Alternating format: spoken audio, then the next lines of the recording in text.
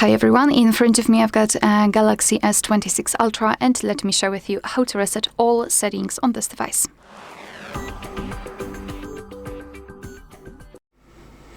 So let's begin with opening the settings, and here we have to scroll all the way down to find General Management.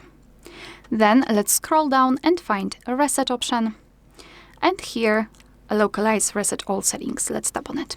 So here we've got the information that this operation will reset all the settings on your phone except security, language, accounts, personal data, or settings for downloaded apps. So no worries, and that kind of information will not be removed. So all you have to do is to simply tap on reset settings. Let's enter your screen lock to confirm everything, and here we've got the information that